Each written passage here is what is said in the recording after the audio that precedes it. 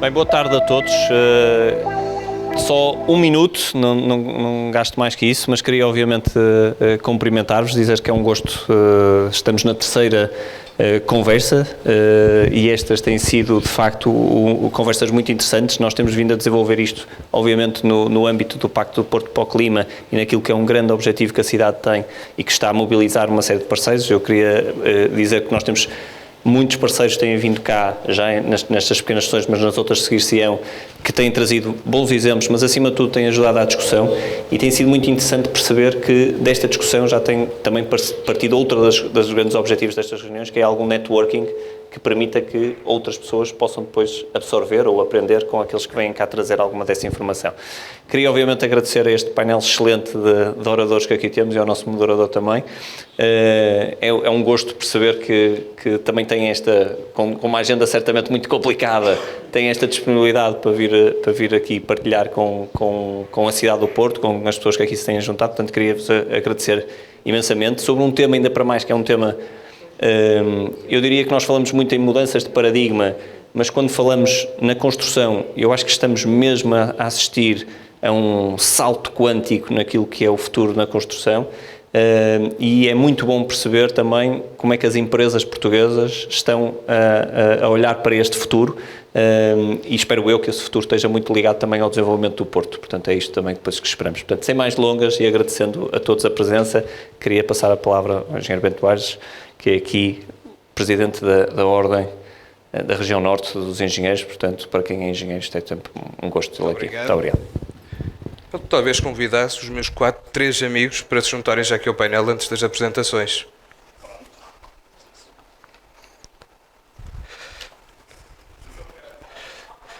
Antes de mais, quero agradecer ao Filipe Araújo, também amigo, o desafio que fez para moderar este painel e dizer-vos não é todos os dias que temos 3 painéis, 3 convidados escolhidos pelo município, que eu considero amigos, desde o Humberto Varum, professor catedrático da Faculdade de Engenharia, presidente do Conselho Nacional do Colégio de Engenharia Civil, presidente do Instituto da Construção e alguém que se dedica muito à investigação dos processos construtivos.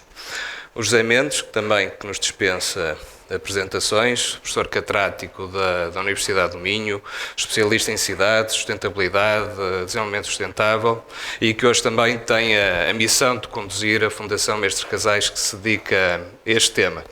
Eu julgo que não estou a cometer nenhum erro nas notas biográficas que estou a apresentar e por último, e o não engenheiro deste painel, mas que já tem quase as competências adquiridas por experiência profissional, o Francisco Rocha Antunes, especialista em imobiliário e que agora tem também aqui um projeto dedicado à habitação e às novas cooperativas da habitação e que é o representante em Portugal de uma organização que é o IOLAI, que nos falará um pouco dela e que já antes de se falar massivamente da sustentabilidade, o IOLAI, em termos internacionais, já tinha boas práticas e boas referências para o setor imobiliário. Dizer-vos, e respondendo ao desafio do Filipe Araújo, que a construção está efetivamente numa fase de mudança e eu costumo dizer que isto só está a ser difícil porque efetivamente os desafios são enormes para o setor da construção e que temos de ter aqui uma visão holística sobre as diversas matérias e quando falamos desta iniciativa do município do Porto para o clima no fundo é a casa comum onde vivemos. E se hoje falarmos da descarbonização, José Mendes, corrige-me se eu disser aqui uma asneira, 40% das emissões de carbono estão ligadas ao setor da construção. Uma outra boa parte está ligada à mobilidade e não há estratégia de descarbonização que garanta o sucesso sem passar muito por estes 2 grandes setores. E daí que a construção está a passar por este processo de maturação, de mudança, para fazer face não só a estes desafios do futuro, mas também outros desafios que o próprio mercado, a economia e a finança nos impõem. Feito este enquadramento, eu seguia a ordem que está no programa das intervenções. A primeira intervenção é do Francisco Rocha Antunes, depois do José Mendes e de seguida do Humberto Varum. Francisco. Ok, obrigado. Melhor é vocês sentarem-se ali, senão não conseguem ver. E onde é que eu tenho o... Deixa estar. Hei de ter alguma coisa que me permita... Estava ali, passar isto estava para a ali. frente. Ok. Está excelente, está excelente. Vai até que depois que intervir ali, não? Muito bem. Não sei se me estão a ouvir bem, se não... Agora sim, agora já percebi que está ligado. Muito obrigado. Obrigado ao Filipe por mais este desafio. Tem sido um caminho interessante perceber o que é que se pode fazer para pôr o Porto no sítio onde sempre achámos que ele tinha que estar. Vou fazer aqui um conjunto de provocações, que são mesmo provocações, exatamente para que a discussão a seguir seja interessante. Como o Bento, que conhecemos há meia dúzia de anos, só para tornar a coisa mais barata, disse: eu trabalho em projetos imobiliários há 30 anos, sou responsável em Portugal neste momento por uma organização internacional que é a Urban Land Institute, que é uma organização de boas práticas da minha indústria e que tem como grande objetivo ajudar a transformar, digamos, a indústria de maneira a fazer cidades sustentáveis e vibrantes em todo o mundo. O objetivo é obviamente fantástico, o problema é como é que isto se faz. Portanto, eu vou tentar fazer aquilo que se chama um wake-up call, de perceber onde é que a indústria está, ou se não está, tem que ficar, para perceber qual é o desafio do que nós temos que fazer. Portanto, eu vou começar por o mais conhecido dos gráficos. Nós já não estamos no princípio da história, como todos temos consciência, em termos de... Nós já estamos a chegar a um ponto em que começa a ser quase impossível termos 1,5 graus. E depois o resto que acontece se não tivermos 1,5 graus de aumento, não vale a pena ser eu a explicar, há vídeos muito melhores do que o que eu digo para explicar o que é. Só quer dizer que o tempo não está a nosso favor. Primeira mensagem, o tempo não está a nosso favor. Portanto, há um senhor que todos conhecemos, que por acaso é secretário-geral das Nações Unidas, o Eugênio Guterres, que na COP27 disse isto é muito importante. Nós ainda não tiramos o pé do acelerador do caminho para a complicação a sério. E temos que perceber que continuamos com o pé no acelerador. Isto tem a ver com esta iniciativa que o Urban Land Institute lançou, que é o Sea Change, de carbono, evidentemente, e que juntou, a partir destes dados, só aqui tirei 1% aos 40% do Bento, são 39%, é imenso. E não há nenhuma estratégia de descarbonização da nossa sociedade que possa funcionar sem mexer na indústria de que nós estamos aqui a falar. E é a indústria mais conservadora do planeta. A indústria de que eu faço parte é a indústria mais conservadora do planeta. E o problema de ser uma indústria conservadora, tem muitas vantagens por ser uma indústria conservadora, tem um problema que as mudanças são sempre muito complicadas. E são sempre muito lentas. Na perspectiva do clima, demasiado lentas para poderem continuar a ser como estão a ser. E, portanto, é este primeiro enquadramento que eu vos queria dar. 39% é a nossa responsabilidade. E nós não podemos continuar a fazer as coisas do costume e esperar um resultado diferente. Isto é uma velha frase, mas aplica-se muito aqui. O que é que nós no Urban Land Institute já estamos a fazer? Criámos uma iniciativa específica que se chama Sea Change. Esta iniciativa tem o financiamento de 8 dos maiores investidores institucionais da Europa. Estamos a falar de investidores que têm carteiras de bilhões de euros de ativos e de milhares de milhões de euros de investimento anual, que se juntaram e perceberam que não podem esperar que alguém lhes diga o que é que tem que ser feito. Temos que tomar nós a iniciativa de avançar para a resolução dos enormes problemas que esta mudança significa e que nós todos temos que estar conscientes da sua urgência. Portanto, foram identificados no Sea Change estes relatórios todos que eu estou aqui a mostrar, estão disponíveis gratuitamente na internet, por isso eu não vou preocupar-me em que tomem notas nem que retenham excessivamente o que eu estou a dizer, só queria dar aqui um bocadinho, como se diz no Porto, o tom em que isto está. Foram identificados um conjunto de desafios e foram isolados aqueles desafios que só a indústria consegue resolver se concentrar neles. E foram identificados alguns desafios que são desafios muito importantes, que estão concentrados nestes dois primeiros relatórios. Primeiro, como é que se faz uma avaliação do risco da transição? E segundo, quais são os bloqueios que nós temos à mudança? Nós temos um bloqueio gigante no imobiliário que se chama avaliações. Todos os nossos ativos são avaliados segundo critérios que foram apurados até ao infinito e que omitem completamente a desconformidade de carbono dos ativos que nós temos. E, portanto, para nós conseguirmos dar um salto qualitativo, temos que resolver o problema das avaliações não estarem a incluir a questão da descarbonização. Portanto, aquilo que alguns já chamam a bolha de carbono das avaliações, para vocês terem uma ideia, assim, em conversas mais ou menos informais, porque ninguém se atreve a escrever estas coisas de uma forma muito clara, estamos a falar de 30% de desvalorização dos ativos. 30% de desvalorização dos ativos imobiliários na Europa, ou nos Estados Unidos, ou noutro sítio qualquer, é uma coisa que é muito maior que qualquer hecatombe financeira que alguém algum dia tenha visto na vida, não é? Portanto, como é que se faz isto e como é que se ultrapassa isto? É o que se está a tentar fazer com estes dois documentos da ULI. Portanto, primeiro, como é que as empresas mais avançadas do imobiliário estão a olhar para a questão da descarbonização? Com coragem, de frente e investindo muito dinheiro e muito trabalho de pesquisa e desenvolvimento para descobrir quais são os passos necessários para sair daqui. Vamos agora falar de outra componente importante. O Banco Central Europeu. O Banco Central Europeu, como todos sabemos, é um sistema de bancos centrais que regulam as regras do financiamento da economia europeia.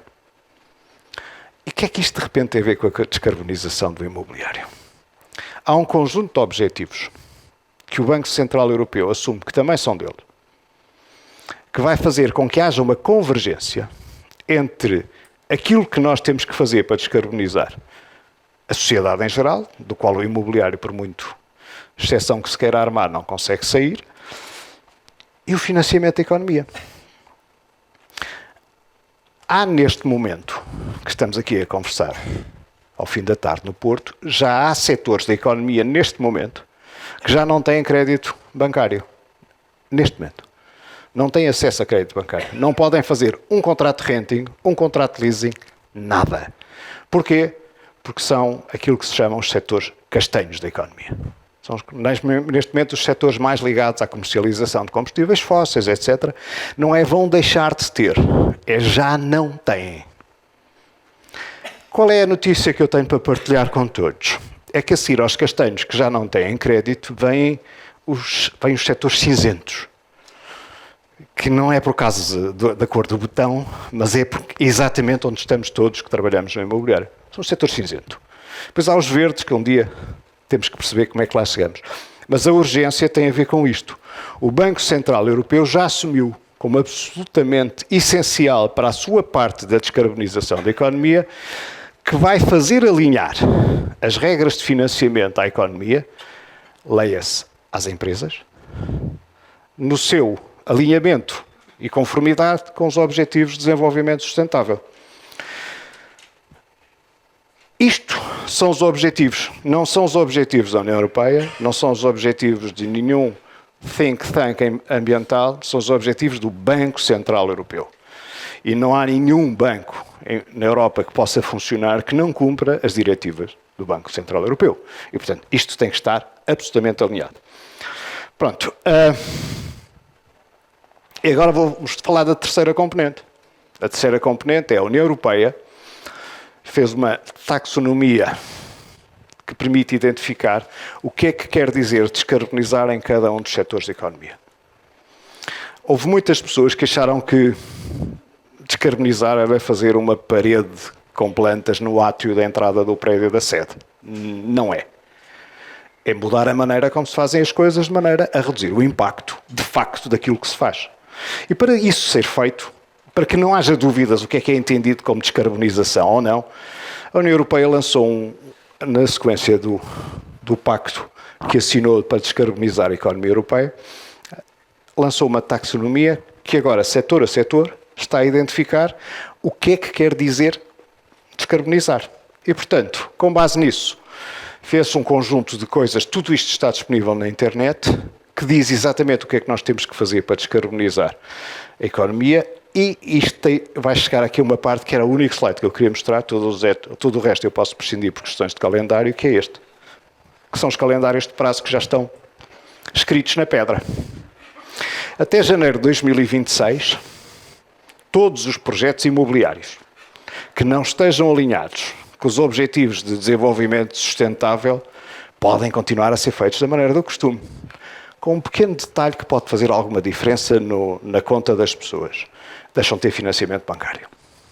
De resto, podem continuar a fazê-los da maneira que se faz até hoje. Não vão ser proibidos. Não têm financiamento. Pronto, era só isto que eu queria chamar a atenção, que me parece um ponto importante. Tudo o resto se pode consultar quando se vai procurar a taxonomia europeia. Bento, tem que me calar ou ainda tem mais um minuto? Minuto. Pronto. Portanto, genericamente, tem que se perceber que vamos ter que, todos os prédios com mais de 5.000 metros quadrados vão ter que perceber que têm métricas novas de avaliação, sem as quais nenhum banco pode aceitar um pedido de financiamento à construção. Isto vai passar a ser standard. Aliás, quem trabalha na banca em Portugal já conhecem uns inquéritos e umas coisas que são entregues às pessoas quando fazem um pedido de financiamento à construção. Eu já recebo coisas dessas, não é? Isto é o warm-up, é o treino do que aí vem. Portanto, o contexto daquilo que eu vos queria falar é a emergência climática existe, não venho falar disso, mas ela tem uma consequência direta no mercado da construção e no mercado imobiliário, e é por isso que nós temos que nos concentrar em perceber como é que vamos cumprir as questões que estão já todas definidas em termos de regulamento do financiamento do Banco Central Europeu. Ok? Eu vou passar a palavra ao próximo, que é José Mendes. Sou eu?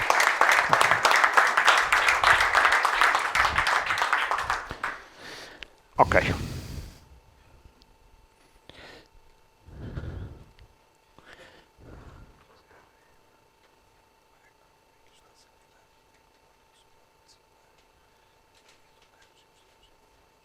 Poderás. É isso. Muito boa tarde a todos. Quase fim de dia. Quero agradecer o convite para estar aqui ao Filipe. É um gosto. Tenho vindo cá ultimamente algumas vezes. É verdade, não é? E para falar de uma das minhas duas paixões. Eu trabalho na área, enfim, da descarbonização da construção. Portanto, eu sou engenheiro civil e, portanto, enfim, é uma das minhas áreas. Trabalho também na mobilidade. Quis o destino que até como governante tutelasse as duas, quer a habitação, quer a mobilidade, e portanto estou particularmente à vontade e faço com muito gosto.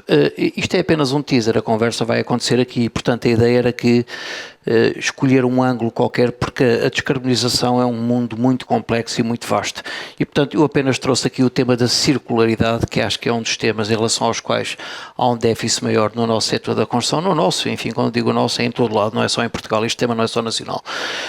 Escolhi o tema da circularidade, enfim, para dar aqui um pequeno teaser, mas depois falaremos de outras coisas com certeza. Já agora dizer antes disso que o problema da descarbonização é que o desafio é de tal forma gigantesco face àquilo que é o business as usual, ou seja, aquilo como estão a acontecer as coisas, que de facto, quer dizer, não há ninguém com o mínimo de racionalidade, não é? E os professores têm fama disso, não é?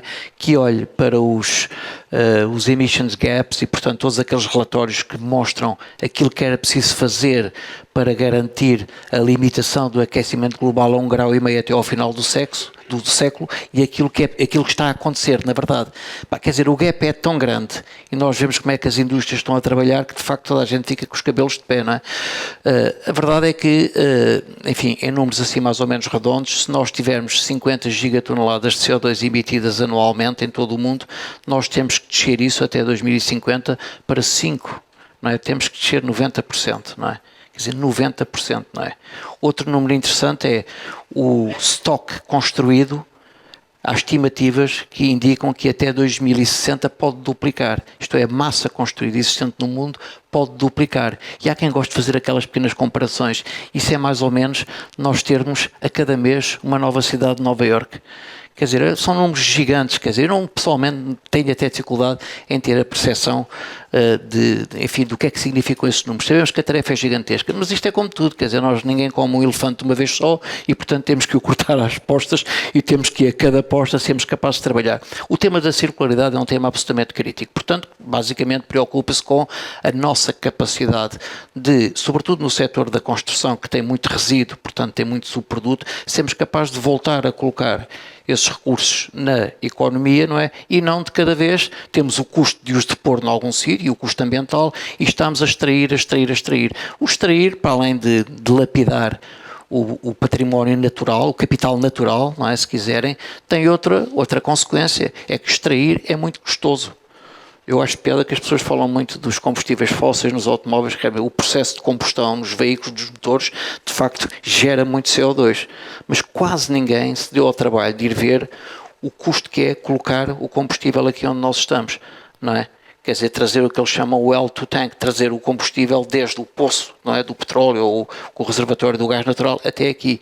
Bem, é absolutamente arrasador em termos de dano ambiental e em termos de emissões de CO2 nesse processo. E depois chega aqui e nós preocupamos, e bem, não é, com o processo de combustão no nosso motor. Bom, isto para dar uma ideia, enfim, o tema de facto é muito vasto. Quanto à circularidade concretamente, bom, a primeira coisa é, nós temos aqui uma ideia do que é que estamos a falar, não é? E convém não esquecer nunca que a circularidade é um sistema regenerativo, no âmbito do qual eu sou capaz de minimizar, bem, de preferência, levar a um saldo zero os fluxos. E os fluxos de quê? São os fluxos de materiais novos, são os fluxos de materiais reutilizados, são os fluxos de energia e são os fluxos de emissões. Quer dizer, não são apenas fluxos naturais. E este sistema regenerativo é que é a circularidade. E encontramos todo um modelo de, enfim, de consumo, não é? Produção e consumo, que de alguma forma se inscreva numa lógica de circularidade permanente, é muito difícil, porque basicamente rasga todos os paradigmas que nós conhecemos da indústria e os paradigmas do consumo, a começar por nós próprios, não é? Significa, há tempos foi uma conferência e alguém dizia que, muito orgulhosamente, uma jovem dizia assim, eu só uso roupa usada. Pá, e as pessoas, nós estamos treinados para olhar assim um bocadinho, só usa roupa usada. Mas quer dizer, verdadeiramente, quanta roupa nova nós temos em casa que nunca mais usamos. E, portanto, isto há muito a fazer e parte da cabecinha de cada um de nós. Estes ciclos de que se fala, fechar os ciclos para garantir a circularidade, têm várias componentes. Uma delas é o que eles chamam narrowing, isto é, eu tenho que ser capaz de reduzir a gama de materiais que utilizo. Nós dispersamos demasiado as opções em termos de gamas de materiais e a cada nova opção nós pomos sempre aditivos, às vezes é a mesma matriz, que são aditivos que têm um determinado custo e um determinado custo ambiental. Portanto, reduzir a gama de materiais. Depois, ao contrário também do que é hábito, é prolongar o tempo de vida. Não é? Quando eu tutelava a mobilidade em Portugal, as pessoas diziam-me, queremos dinheiro, as câmaras municipais, entre outros, mas os operadores, queremos dinheiro para renovar os nossos autocarros. Queremos autocarros de 3 anos de idade, 2 anos, 1 ano, não sei. Eu disse assim, não, vocês devem ter autocarros até 14 anos. Quer dizer, é um bem de tal maneira caro, não é? Complexo, tem tanto carbono embebido, que gera tanto carbono na sua operação, porque raio é que eu hei de querer que a vida daquele ativo seja mais reduzida quando eu preciso é que ela seja mais prolongada, dentro de critérios de qualidade, naturalmente, não é? E, portanto, nós temos capazes de prolongar a utilização dos ativos. Depois, no fim de vida, ou reutilizamos, ou reciclamos, etc. É sempre melhor reutilizar do que reciclar. Na verdade, a reutilização é o prolongamento quase indefinido do ciclo da utilização do produto, não é? E, portanto, isto tem que estar na nossa cabeça e começa aqui, numa coisa que se chama Product Design. Começa aqui no desenho. Porque se eu não desenhar um produto para a longevidade, os edifícios são um exemplo tão óbvio, não é? Eu não sou capaz de ter sistemas regenerativos. Bom, acelerando um bocadinho, isto é um desenho que, enfim, State of the World 2023, na verdade, basicamente mostra como é que eu tenho o conjunto dos materiais, portanto, o capital natural que entra nos processos de produção, não é? Uma boa parte deles, a maior parte deles até tem aqui os valores para o mundo, não é? São materiais não renováveis, não é? Portanto, quer sejam materiais não metálicos, etc. Renováveis são, enfim, basicamente a biomassa aqui, não é? Ou regenerativos, se quisermos. Isto entra aqui na máquina de produção e depois gera produtos. Há produtos que nós utilizamos, deitamos fora, não é? Os alimentos, não é? Utilizamos e o que deitamos fora 30, 40, 50%, ninguém se apercebe disso, as estatísticas estão feitas. Coisas que consumimos apenas uma vez, etc. Há outros, e felizmente, agora dizer um bocadinho ao contrário do que se diz, os edifícios são stock. O que é um stock? É algo que tem uma grande longevidade. Tudo tem um fim de vida, não é? Até os edifícios. Mas quer dizer, quando nós chamamos stock, significa que tiramos da lógica de fluxo. E, portanto, eles estão lá, estão aquele ciclo que mostrei há pouco, estão a prolongar o ciclo de vida, não é? E depois, enfim, há de chegar o fim de vida, não é? No fim de vida, eu tenho que reinjetar aqui alguns materiais. E, portanto, no mundo ideal, num sistema regenerativo ideal, eu colocava sempre 100% aqui. E, portanto, tudo o que não fosse renovável era digamos, reciclado, não é? Bom, há uma métrica que se chama a Circularity Metric, e esta métrica diz-me que apenas 2023 7,2% dos materiais são reciclados, apenas 7,2%. E estes números estão aqui, eu francamente não sou capaz de, tenho uma suspeita que está afetado pela pandemia, mas estes números aqui mostram que este valor já foi mais alto, ou seja, já foi, esta métrica de circularidade já foi melhor, 9,1%, e caiu até 7,2%. E, portanto, isso é este, está a 7,2%, o que significa que, portanto, o complementar, que são os 91,8%,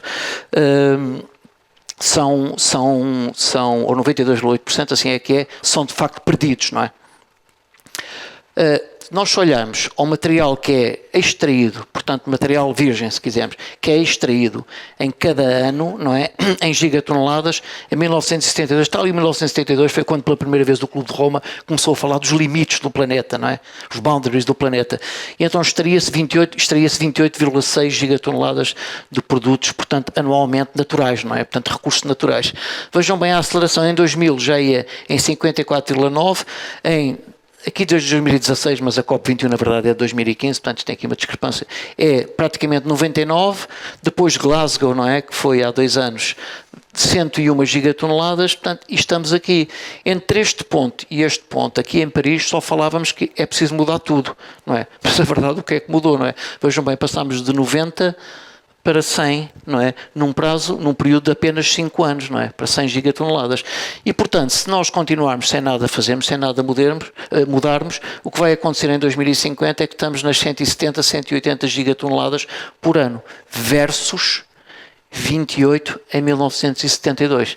E, portanto, este é o problema, não é? Quer dizer, por muito que se faça, é sempre isto que está a acontecer e não há grandes sinais desta situação se estar a alterar globalmente. Pontualmente, em alguns setores, em alguns contextos geográficos, vê-se coisas a acontecer. Globalmente, de facto, não há sinais de que assim seja. Bom, como é que a gente muda isto? Há 4 subsistemas que são os que fazem mexer o ponteiro.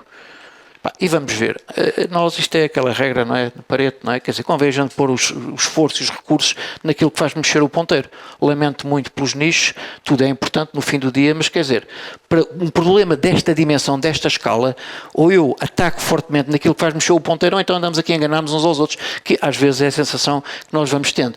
Qual é? É o sistema de alimentação, como digo. Um dia eu não vou dizer aqui os números, vão ao Google e escrevam quantas batatas nós comemos de cada 100 kg de batatas, ou de cada tonelada, como queiram, que nós produzimos. E vão ver. E mostra as parcelas. É esmagador trabalhar para aquecer. Não é? Portanto, o desperdício é uma coisa incomensurável. Bom, depois, enfim, os processos de manufatura normais, a indústria transformadora.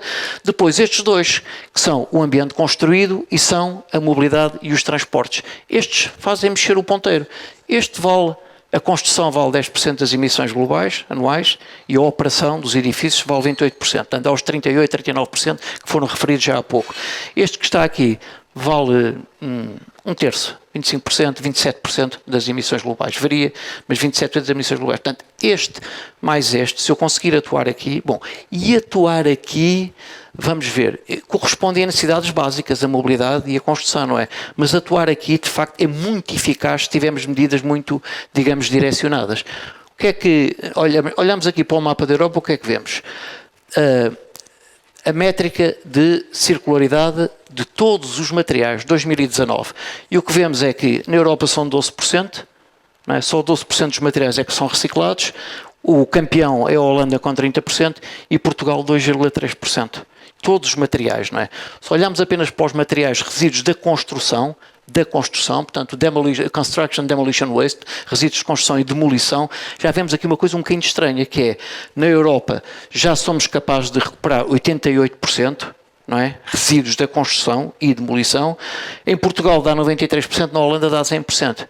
Eu, francamente, as estatísticas é sempre preciso olhar para elas com cuidado. Eu acho uma grande inconsistência, sabendo o volume de resíduos que gera a construção, eu ter aqui um valor de 93% acima da média europeia e ter ali um valor de 2,3%. E, portanto, muito francamente, assim com um olhar, enfim, de quem tem alguma experiência de olhar para as estatísticas, acho que isto não bate muito bem. Bem, mas há uma coisa que concluímos. Quer dizer, vamos esquecer para já o que está aqui é absolutamente assustador. reciclador, não é? E, portanto, enfim, a circularidade tem que aumentar muito. Bom, nós, o grupo que institui a fundação a que eu presido, o Grupo Casais, tem algumas soluções, enfim, em curso, aplica, portanto, o sistema CRI, os sistemas onde aposta muito na construção off-site, aposta muito na pré-fabricação, na construção por partes reutilizáveis, na construção mista, onde parte do betão é substituído por madeira ou parte do aço é substituído por madeira. E, portanto, desse ponto de vista, são passos que se estão a dar. Só mesmo para completar, que sei que fala-se muito nos net zero buildings, ok? Ou near zero emission buildings. Às vezes há quem chama near net, mas enfim. Portanto, edifícios de muito baixo carbono. Vamos lá ver como é que se faz um edifício de baixo carbono, para terem esta ideia.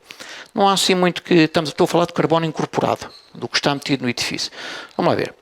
Materiais de elevadíssima intensidade carbónica, como se diz na cozinha, reserva, para o lado. De elevadíssimo. Esses têm que sair, têm que ser substituídos por outros. Materiais de baixa intensidade carbónica. Estão lá, porque eu não consigo ter só materiais descarbonizados. Estão lá. Mas então como é que eu tenho um edifício de zero emissões? Estão lá. Eu tenho que os compensar. O que é que eu coloco lá? Eu tenho que colocar lá materiais que eles próprios sequestraram carbono antes de entrar no edifício. E, portanto, eles já levam um crédito. São o que se chamam materiais de emissões negativas. O exemplo que melhor conhecemos é a madeira. A madeira, enquanto está a crescer na árvore, está a capturar carbono, não é? Nós dizemos todos, não é? Porque ela consome o CO2 e emite o oxigênio. Portanto, entre CO2 e O2, a diferença é o C, é o que fica na árvore, na madeira, não é? E, portanto, fica com o carbono, não é? E quando eu coloco o carbono na madeira, estou a utilizar um material que é renovável, as árvores crescem, não é? Mais árvores, enfim. 2, estou a utilizar um material que já leva um crédito de carbono no sentido em que é de emissão negativa, porque ele capturou já, enfim, daquilo que nós produzimos e guardou. E fica lá guardado. Bom, essa emissão negativa é aquela que vai compensar a utilização de materiais que têm intensidade de carbono, embora baixa. E, portanto, é esse equilíbrio que nós temos que fazer. Não há outra forma de ter edifícios de zero emissões ou de zero emissões, portanto, neto, portanto, saldo zero, não é? Evidentemente, depois há outro tema que é o tema da operação dos edifícios, que na verdade vale 28% das emissões. Mas aí entramos já no capítulo do envelope dos edifícios, no capítulo da utilização de energias renováveis e tudo isso, não é? Pronto, as tais soluções são estas, portanto, o que está aqui é betão e madeira que está aqui, portanto, isto permite-me reduzir o betão para 1/3, não é? E reduzir o aço também, porque é betão armado, não é? Tem a noção de que só o betão, a produção de cimento no mundo vale 8% das emissões, só a produção de cimento. Já agora a produção de aço vale outros 8%. E, portanto, são 2 continentes a produzir carbono. Portanto, cada vez que eu reduzo aqui, eu estou a reduzir substancialmente. Pronto, são aqui fachadas, portanto, isto é tudo construção off-site, não é? Isto é um pormenor da fábrica, por aí fora. Isto é um edifício que, de facto, foi construído com esta tecnologia, que se chama o edifício híbrido, ali em Guimarães. Esta tecnologia, portanto, lá está, tem no betão, portanto, por metro quadrado de construção, utiliza 1 metro cúbico de betão. Esta utiliza este é o clássico, não é? Construção clássica, 3 metros cúbicos de betão, não é? Aqui as emissões por cada metro quadrado, 150 kg de CO2, aqui 750 kg de CO2, isto aqui é o packaging, e portanto, e tem um conjunto de, enfim, vantagens para este tipo de solução. A pergunta é sempre esta, então, mas se isto é assim, porque é que a gente não faz isto, não começamos amanhã a fazer isso? Alguém dizia há pouco, o Francisco, que este setor é extremamente tradicional. O setor AEC não é só a construção, é a construção, a engenharia e a arquitetura, extremamente tradicional, tem uma grande inércia. E isto começa no design, quer dizer, o arquiteto tem que perceber, tem que projetar edifícios para a longevidade e para a minimização dos fluxos, etc. Portanto, isto é toda uma cadeia que tem que ser mexida e nós, enfim, temos essa responsabilidade, enfim, temos que trabalhar nesse sentido. Há um plano de ação, este PACO, que é Plano de Ação para a Circularidade da Construção e Obras, penso que é isto, que é do ano passado, 2022, que realmente é um plano bastante vasto, vale a pena, se forem à net conseguem descarregar, feito, portanto, para Portugal, que tem, digamos, medidas ao nível das políticas a regulamentar, tecnológico, mercado, cultural, etc. E tem também um conjunto de objetivos fixados para cada ano, quer de redução de novos materiais, portanto, materiais virgens, quer na utilização de materiais reciclados, quer passaportes de materiais emitidos, portanto é uma coisa que também tem que se fazer ao nível da validação desses materiais, de etiquetagem desses materiais, contratos públicos celebrados no âmbito das compras públicas ecológicas, etc. Ou seja, tem aqui um conjunto de propostas para a evolução destes indicadores até 2050, de forma a que cheguemos a 2050 com aquilo que são as métricas necessárias para caminharmos para a neutralidade carbónica no setor. Há aqui, mas para não depois talvez na conversa eu possa falar sobre isto, há aqui também um tema do aumento do investimento em investigação e desenvolvimento da ID no setor da construção, que é absolutamente paupérrimo internacionalmente, mas particularmente em Portugal, em relação ao qual é preciso fazer alguma coisa. Muito obrigado.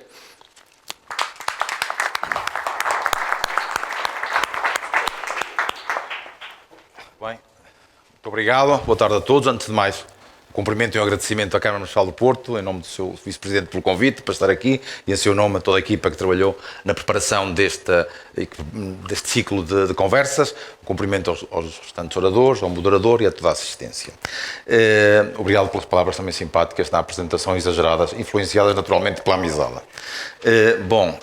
Se pudessem, por favor, ajudar-me aqui com a apresentação. Sendo o terceiro a falar, naturalmente que vou-me repetir algumas das mensagens que foram aqui colocadas, mas enfim, poderá não ser necessariamente mau, porque dará mais força a algumas das ideias fortes que foram aqui colocadas. Descarbonização, a construção é apontada justamente como um dos vetores, um dos setores que mais contribui para os problemas do aquecimento global, da emissão de gases, e portanto temos que assumir essa responsabilidade no setor. Falar em descarbonização no setor da construção passa naturalmente por olhar para os edifícios. Mas, de uma forma exagerada, este autor aponta para um caminho diferente. Não devemos olhar para os edifícios, mas sim para as pessoas. Eu seria mais moderado e dizia que também devemos olhar para as pessoas. Efetivamente, a descarbonização e todas as atividades a desenvolver no sentido da descarbonização têm que olhar para as pessoas, para os intervenientes, os utilizadores finais, começar de trás para a frente. Quem trabalha na imobiliária, os imobiliários, as pessoas ligadas à indústria da construção, as pessoas ligadas ao projeto. Portanto, é muito importante envolver as pessoas, que assim é que nós conseguimos o caminho para atingirmos as metas que são bem elevadas. Este gráfico já foi apresentado anteriormente, num outro formato muito mais elegante que este. De facto, o aquecimento global é uma realidade e está, provavelmente, como é discutido, num caminho não controlado ou sem controlo. É urgente trabalharmos todos em conjunto no sentido de reduzir as emissões e caminhar no sentido de uma neutralidade carbónica. Eu coloquei aqui meia dúzia de gráficos com alguns números, sendo engenheiro, obviamente, não podia deixar de trazer aqui alguns números. Perdoem-me, enfim, vou tentar não desmaçar muito com números. A maior parte destes gráficos são retirados do JRC, que é uma instituição europeia, não tão conhecida como outras instituições europeias, mas que se dedica à investigação. Faz investigação aplicada de suporte às decisões da União Europeia. E, portanto, deste relatório recente, evidenciam-se aqui alguns números que são bem conhecidos. Não trago aqui nada de grandes novidades. Há países onde estamos ainda em sentido a caminhar em sentido divergente, continuamos a emitir cada vez mais, a poluir cada vez mais.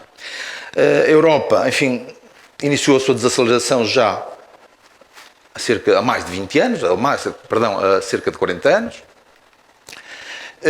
Se dividirmos as emissões totais globais por setor, provavelmente o setor dos edifícios, na escala global, não é o mais poluente. A indústria é um dos fatores que mais contribui para esta emissão. Um aspecto importante, as emissões per capita estão a variar a escala global de uma forma mais ou menos constante. O problema é a demografia. A demografia está a pressionar muito as emissões. Comparando os números de 1990 a 2021, cerca de 30 anos, de facto, a tendência dos números globais continua em sentido divergente. Nós, na Europa, estamos no bom caminho. No caso dos edifícios, também. Relativamente agora à evolução das emissões na Europa, efetivamente, o caminho global vem no sentido da desaceleração das emissões. Podemos discutir se esta desaceleração é ou não suficiente. Provavelmente teremos que acelerar este caminho. Dividindo isto por vários setores, peço desculpa, os edifícios também, à escala europeia, também estamos a diminuir as emissões. Os transportes, não. É o único setor onde nós estamos a continuar a crescer a nível das emissões. No caso de Portugal, este mesmo relatório aponta-nos como maus alunos, até 2000, 2002, e daí começamos também a convergir no sentido daquilo que é a tendência global na Europa. Mas comparando a realidade em 1990 com a realidade muito recente de 2021, nestes últimos 30 anos, a redução nos edifícios ainda é bastante modesta. Temos muito a fazer. E no caso dos transportes, então, aqui sim temos muito a fazer. Para o Porto, deste gráfico, destacava esta mensagem. Nos últimos 10 anos, basicamente não houve qualquer alteração. Estamos numa platô. Portanto, estamos num regime constante das emissões. Há aqui espaço para melhorarmos a situação. Setores energéticos portanto, divididos por vários tipos de utilização. 38% do consumo de energia está focado nos edifícios residenciais e de serviços, correspondendo a 38% das emissões. No caso do transporte, 32% de energia consumida e 32% de emissões. Passar à frente. Os edifícios públicos, de acordo com este relatório, os edifícios municipais contribuem cerca de 6% para as emissões totais. Portanto, há aqui uma capacidade de intervir com alguma limitação. Edifícios residenciais e comércio correspondem a 50% das emissões no município. Os transportes, 40%. São estes os dois grandes vetores onde nós devemos dar atenção e, eventualmente, reforçar a atividade por forma a contribuir para convergir para uma neutralidade. A pobreza energética é um fator que nos afeta muito a nós como país e, particularmente, também na nossa região. Ambições. A Comissão Europeia lançou um desafio muito grande, mas o problema é maior que a ambição e, portanto, algumas regiões responderam da seguinte forma: nós queremos fazer melhor. Foi o que fez o Porto. Foi o que fizeram outros municípios, foi o que fizeram outras cidades. Ok? Efetivamente, nós temos que antecipar estes objetivos porque temos que desacelerar o problema do aquecimento global, como já foi aqui bem colocado. E aquilo que alguns municípios como o Porto estão atualmente a fazer comprovam, de facto, que estamos no bom caminho. O setor da construção é acusado como um dos responsáveis, os maiores responsáveis para as emissões de carbono. E é verdade, já disse isto, estou-me a repetir. Os materiais de construção são um grande vetor de emissão de gases para a atmosfera. É verdade. Temos que trabalhar este problema. Efetivamente, o setor da construção é um dos setores com maior atividade. A nossa sociedade depende muito do setor da construção. Não só o cimento, não só o betão. Outros materiais que usamos na construção são também produtores de grandes quantidades de gases nocivos. As boas notícias é que muitas empresas, produtoras de materiais e produtos, estão verdadeiramente interessadas, estão a dar verdadeiramente atenção a este problema. Foram apresentados aqui alguns exemplos. Estratégias e soluções possíveis. Já foi aqui dito.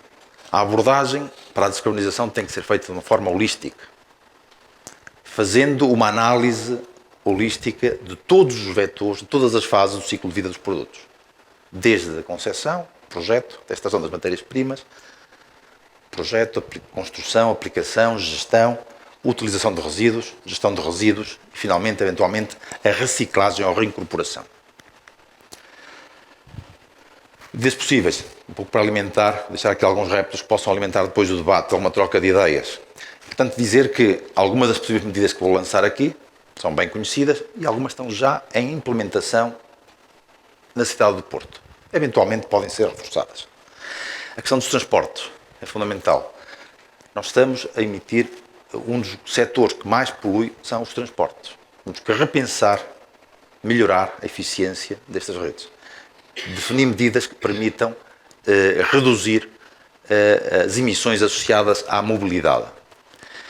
Infraestrutura urbana, a nível de iluminação, podemos melhorar, espaços verdes, portanto, o aumento da arborização dos espaços subaproveitados, eventualmente a articulação com intervenções de florestação nos arredores da cidade, que há muita coisa que se pode fazer.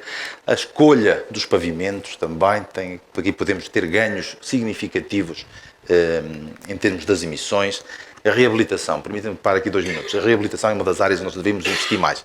Felizmente, nas últimas décadas, em Portugal, de uma forma geral e particularmente também na nossa cidade, investimos muito na reabilitação. Começamos por dar atenção aos edifícios tradicionais, de alvenaria e de madeira. Atualmente, devemos dar muito mais importância aos edifícios mais recentes, aos edifícios modernos.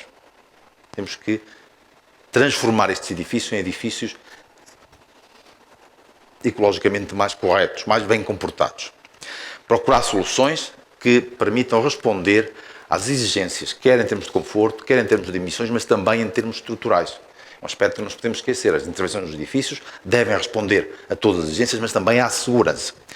Obviamente a iluminação, sistemas passivos de iluminação, os telhados verdes, sistemas fotovoltaicos, há aqui muitos bons exemplos, mas provavelmente ainda há espaço para fazermos melhor e mais. Especialmente a nível da instalação de sistemas fotovoltaicos em edifícios multifamiliares, que há muita necessidade, a burocracia é pesada, os proprietários lamentam-se, que é muito difícil. E aqui, Sr. Vice-Presidente, se me permite, eventualmente podemos pedir à Câmara que nos ajude a dinamizar mais a tomada deste tipo de decisões e deste tipo de iniciativas. Obviamente as cores, temos que ter algum cuidado com as cores, que também têm um impacto muito grande, finalmente, na eficiência energética dos edifícios. E depois os materiais naturais, foi aqui apresentado um excelente exemplo. Okay? Nós, efetivamente, temos que incorporar mais no setor da construção materiais naturais, tal como fazíamos antes do aparecimento do botão. Okay? Não é que vamos passar a construir tudo com materiais naturais, isto seria uma utopia, mas temos que incorporar um pouco mais materiais naturais na construção. Particularmente a madeira, com alguns cuidados e com algumas reflexões que têm que ser desenvolvidas, provavelmente se termos tempo no debate iremos discutir este assunto. Obviamente outros sistemas alternativos de produção de energia, os pavimentos drenantes, muito importante, a recolha de águas pluviais, a reutilização, com sistemas descomplicados, simples, nos nossos edifícios. É muito importante tirar partido, sobretudo, como temos assistido nos últimos anos, este é um problema que nos deve preocupar cada vez mais. E depois, a reutilização, portanto, a recolha seletiva dos produtos da demolição e a reutilização, a reintrodução na indústria e, por que não, também na indústria da construção. Certificados de sustentabilidade, é algo que devemos apostar mais e mais, portanto, nós devemos ter no nosso passaporte do edifício uma classificação do ponto de vista de sustentabilidade, devemos fazer uma avaliação rigorosa da contribuição negativa dos nossos edifícios para este problema e dispô-la, e exibi-la, e exigir que seja apresentada. O consumidor final, hoje em dia, é muito mais informado, hoje em dia é muito mais exigente e, portanto, enquanto mais contribuirmos para esta informação do consumidor final, melhor conseguimos responder a estes desafios. Com considerações finais, portanto, basicamente, a maior parte destas mensagens já discutimos, permitam-me que eu destaque aqui 2. Primeiro, a relação de todos os intervenientes da construção com as universidades. Nós temos, aqui na região norte do nosso país, temos universidades equipadas com laboratórios com conhecimento que podem ajudar a dar resposta a estes grandes desafios. E a reabilitação, já falámos sobre isto. Portanto, a reabilitação é, de facto, uma ferramenta, um instrumento que nos pode ajudar a reduzir de maneira importante os desafios que temos associados à descarbonização. Com isto, termino a minha intervenção. Muito obrigado.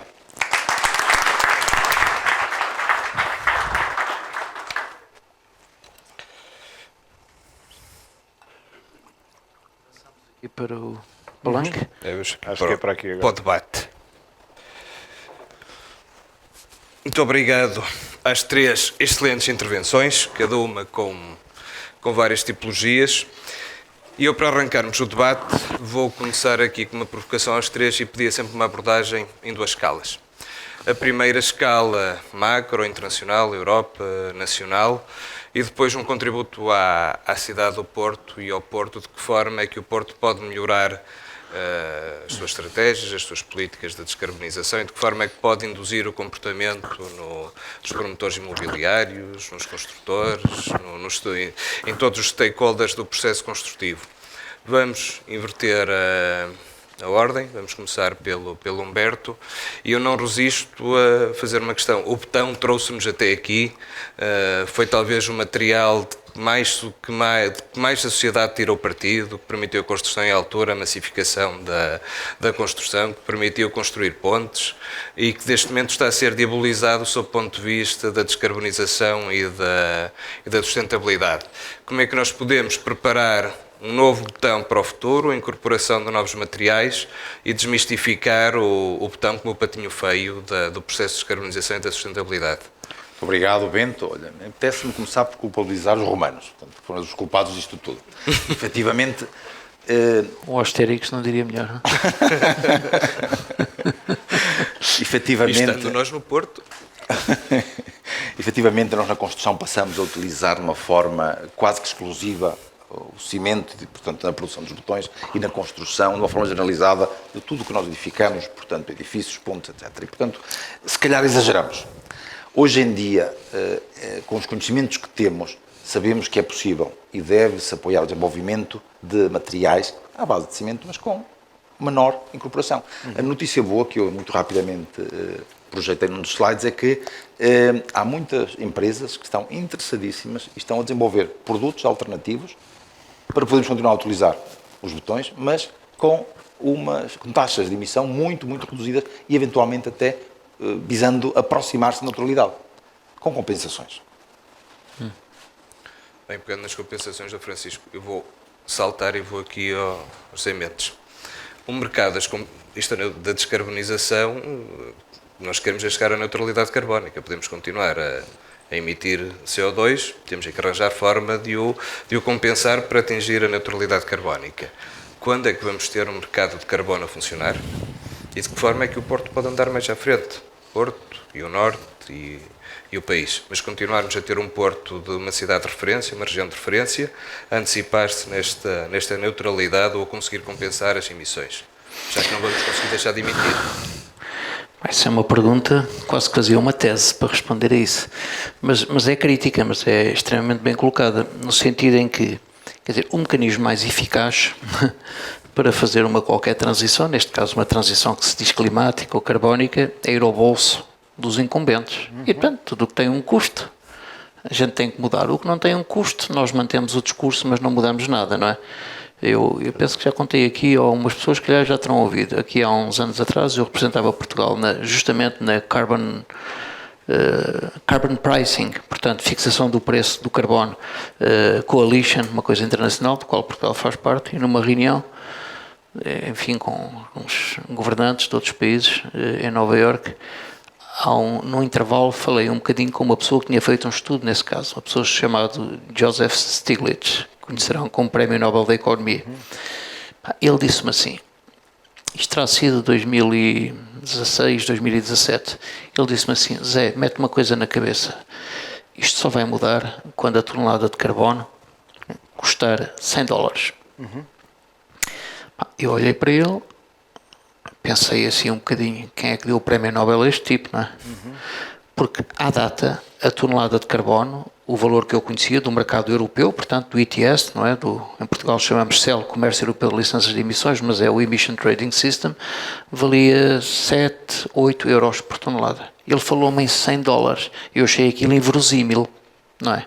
Mas já há quase 2 anos que na Europa a tonelada de carbono no mercado chegou a 100 euros, não é? E portanto o que ele estava a dizer, não é? Agora já percebo porque é que ele teve o Prémio Nobel, não é? E porque é que eu não tive, é que ele percebeu muito mais cedo e eu, não é? Bom, isto para dizer o quê? Para dizer que, quer dizer, vale a pena, se me permitires mesmo aqui 2 minutos, vou explicar uma coisa, como é que funciona? Em quanto é que foi qual é que foi o intervalo de tempo entre os 7 aos 100? Foram para aí uns 4 anos. Já nada. 4, 3, nada, exato. Como é que isto funciona? Porque é que o mecanismo é poderoso? Eu estou a dizer isto porquê? Porque estamos na iminência de colocar também os edifícios no mercado de carbono. E os transportes, já agora. Vai começar pelo transporte profissional, portanto não o pessoal, e vai começar pelos edifícios, digamos, de escritórios, etc. Mas vai chegar a todos, incluindo os de habitação. Mais de 5 km. E, portanto, exatamente, como é que funciona o mercado de carbono? O mercado de carbono é um mercado de cap and trading. O que é cap and trading? É assim, eu tenho operadores de mercado, somos nós que fazemos edifícios, ok? Eu fixo um valor, não é? para as allowances, ou seja, por cada metro quadrado de construção há uma determinada emissão de CO2 que eu acho aceitável, que é a média do mercado, ok? E como é a média do mercado, eu não posso penalizar, senão tinha penalizado todos para não distorcer a concorrência. Então eu dou allowances, que são licenças gratuitas de emissão de carbono, para aquele standard. E portanto tens essas licenças, aquela licença para construir, pronto. Se o meu processo for ineficaz, se eu emitir mais do que aquilo, a minha licença gratuita não chega. Portanto, eu tenho que ir ao mercado comprar mais licenças. Já me sai do bolso. Portanto, eu tenho que ter um processo eficaz. Se eu for muito eficaz, eu emito menos do que as licenças que me foram atribuídas para o meu volume de atividade. E, portanto, coloco no mercado e vendo. Porquê é que o preço do carbono não mexia? Não mexia porque muitos incumbentes não colocavam no mercado as licenças que retinham mesmo que não as utilizassem, não colocavam no mercado, não é? E portanto quando não colocavam no mercado, portanto, não havia, faltava o produto, não é? No fundo que eram as licenças. Portugal fazia isso já agora. Uma vez estava num Conselho Europeu e a ministra alemã, a Alemanha senta-se ao lado de Portugal nos Conselhos Europeus, disse assim, vocês têm umas licenças de carbono, um volume de licenças de carbono que não coisa e nós estávamos interessados em comprar. E portanto Portugal vendeu licenças à Alemanha. Bem, é um ato de, enfim, vendeu, não as deu, não é? E portanto é para isso que elas existem. Bom, o que o mercado fez agora na última reforma do ETS é que as licenças que vão para o mercado, não vão as que sobram não vão todas para o mercado, tem que ser não vão todas para o mercado, ou seja, há 15% que saem. Quando eu retiro o volume que lá está, significa que estou a fazer subir o preço, não é? Oferta e procura, há muita procura para aquela oferta. E, portanto, é assim que eu faço. Onde é que o sistema é verdadeiramente poderoso? É que o que se chama, portanto, é por isso que é cap and trade. Eu ponho um cap até ali, não é? Se sobra, faço trading, não é? Se não, bom. O problema é que esse cap pode ser benigno, é assim, pá, em média, emite-se tanto, tomem lá estas licenças, continuem a trabalhar. Mas como eu quero mudar o mundo, ou seja, quero que se emita menos, eu digo assim, ok, para o ano o cap baixa. Quando o cap baixa, eu tenho duas soluções. Eu continuo a produzir exatamente da mesma maneira, o que significa que vou emitir mais e tenho que ir comprar carbono a 100 euros a tonelada, ou então eu ponho a minha massa pensante a trabalhar, a pensar como é que eu produzo o mesmo com menos emissões de CO2, para não ter que pagar. Pronto. E onde é que se coloca o cap? É a medida da nossa ambição. Evidentemente, se baixarmos o cap, dizemos assim, ok, tem que baixar muito, tem que emitir. Hoje emite-se, em média, 40 kg de CO2 por metro quadrado por ano, na construção, em média, ok? Se eu disser, opá, são 20, não é? Bem, se eu fizer isso, se calhar mando 3/4 das empresas à falência. Não posso fazer isso, enquanto política pública. Mas vai ser aos bocadinhos. Portanto, é a medida da minha ambição aos bocadinhos. E as empresas têm que trabalhar para conseguirem ter processos mais eficazes. Bom, acontece. A construção nunca ligou muito a isso, os transportes também não ligaram. Mas agora a Comissão Europeia decidiu que há 5 setores que vão entrar também no mercado de carbono. Enfim, se eu sou capaz de dizer os edifícios, os transportes, o shipping, que é a navegação, não é? Era muito barato trazer o que quer que seja da China para aqui, porque não era internalizado o preço do carbono. Portanto, aquilo é, pá, a malta da sociedade há de pagar o carbono. Portanto, aquilo vem ao contentor do que for, não é? Loja de chineses, não é? Mas quer dizer, portanto, agora o shipping também, depois são o alumínio e os fertilizantes, vão entrar todos. Os edifícios entram. E o pessoal da construção, como é que os nossos amigos perceberam logo isso e perceberam o meu ativo para não desvalorizar ao longo do tempo. Porquê? Porque se ele for pouco eficaz, não é? Significa que ele vai emitir muito CO2 e, portanto, eu não sou capaz de o transacionar, nem sou capaz de ir à banca buscar financiamento para fazer um edifício pouco eficaz, portanto, preocuparam-se. E, portanto, os edifícios, os tais de construção a partir de escritórios, etc., a partir de uma determinada área, vão entrar no mercado de carbono. O que significa que a eletricidade que eu pago para operar o edifício, os tais 28% das emissões, essa que está aí, provoca emissões que podem ter que entrar no mercado de carbono. Epá, isto muda o jogo todo. Quer dizer, não é possível um promotor fazer um edifício de escritórios, não é? Que é pouco eficaz e que vai emitir para além do standard médio. Porque quando emitir para além do standard médio, não vai alugá-lo a ninguém. Porque a empresa que vai lá para dentro vai dizer, não, eu não vou pagar a energia, que vai ter cá metido um preço gigante de carbono, porque eu gasto muita energia, porque o edifício é pouco eficaz. E se gasto muita energia, eu estou a emitir muito e tenho que ir ao mercado. E, portanto, isto muda tudo. Isto está a entrar devagarinho, mas vai lá. E era muito bom que nós, que lutamos para mudar o mundo, e nós que somos profissionais desta área, percebêssemos isso e passássemos aos nossos pares esta necessidade de nós darmos avanços. Para falar como é que uma cidade em concreto pode ajudar para combater isso. O Porto, por exemplo. Eu sei que o Porto está a fazer um trabalho com uma equipa, parece muito válido criar uma espécie de índice ambiental. Portanto, definir a geografia da performance ambiental dos edifícios, etc. Bom, eu acho que esses índices são muito importantes, essas métricas são importantes, mas são importantes como ferramenta, como instrumento. Ou seja, como é que eu posso melhorar a performance ambiental, aqui leia-se carbónica neste caso, de diferentes quarteirões da cidade, em função de diferentes programas de mudança que eu posso ter. Não é? Quer dizer, o município pode dizer que nesta geografia da cidade eu tenho um programa de apoio à melhoria da eficácia, por exemplo, energética dos edifícios, no sentido de garantir que eles são competitivos e que o ativo não é desvalorizado. Porque aquilo é um ativo que pode durar 100 anos, não é? E, portanto, é que não é desvalorizado. Só mesmo para fechar, fazer só aqui um pequeno comentário ao que disse o Humberto, em termos de, evidentemente, que haverá sempre materiais que têm que ter, portanto, intensidade carbónica, é evidente, não é? Agora, o que se faz, quer dizer, vamos lá ver, o betão é um bocado como o plástico.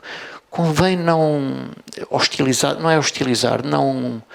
Diabolizar. Diabolizar, faltava uma palavra, obrigado, não diabolizar, neste sentido em que, se o edifício de betão, ou betão armado, portanto, com aço, for, digamos, otimizado do ponto de vista das emissões, portanto, melhores materiais, aquilo é um ativo que pode estar lá 100 ou 200 anos. Bom, e se estiver lá 100 ou 200 anos, aquilo é um ativo, é como os plásticos de utilização.